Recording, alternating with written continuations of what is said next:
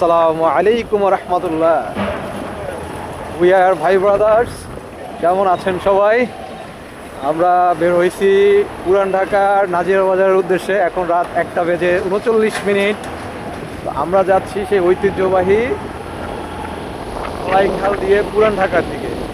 যেই রাস্তাটাতে দিনের বেলা আসলে 1 কিলো রাস্তা মিনিমাম 1 থেকে 1.5 ঘন্টা শেষ হয়ে যায়। আজকে সেই রাস্তা, এই রাস্তার চেহারা এটা দেখলে মনেই হয় না এটা ঢাকার রাস্তা। এটা মনে হবে গ্রামগঞ্জের কোনো একটা বাজারের মোটামুটি বড় সড়ো একটা রাস্তা।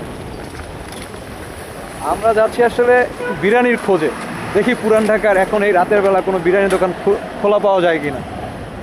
তো তাই ফাঁকে এত সুন্দর রাস্তা দেখে আর ভিডিও না করে আর থাকতে পারলাম না, তাই সবার সাথে শেয়ার করলাম যে আসলে এই যে রাস্তা, এত সুন্দর রাস্তা। আহা, রাস্তা তো আর নয়, রাস্তা তো এখন খোলা আছে। যাই হোক, পুরান ঢাকার যে সেই চিরচেনা ঢাকা শহরের জ্যাম, ঢাকা শহরের যে অলিগলিতে যে জ্যামটা থাকে, সেই জ্যামটা কিন্তু এই রাতের বেলা পাওয়া যায় না। তো এই যে ফিল, এই যে ভালো লাগার মুহূর্ত, এটা কিন্তু একটা অন্যরকম ভাইব দিবে সবাই। তো যারা ঘোরার জন্য উৎসুক, ঘোরার জন্য ইচ্ছা পোষণ করেন, তারা বের হয়ে যেতে পারেন এই রাতের বেলা পুরান ঢাকার উদ্দেশ্যে, অথবা ঢাকার যে কোনো রাস্তাতে।